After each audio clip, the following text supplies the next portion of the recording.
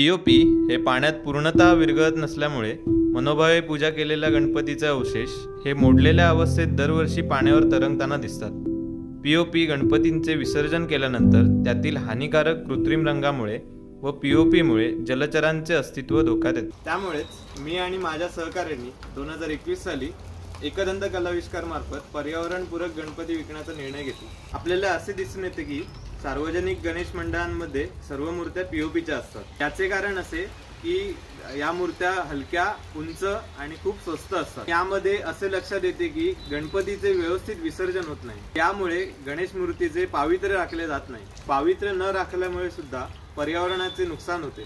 आपल्या चिपळूणमध्ये एकदंत कलाविष्कार हे एकमेव ठिकाण आहे जिथे शाडू व लाल मातीच्या पर्यावरणपूरक मूर्त्या मिळतात. एकदंत कलाविष्कार आपल्याला असे आवाहन करत आहे की या वर्षीपासून आपण दरवर्षी पर्यावरणपूरक गणेशोत्सव साजरा करूया.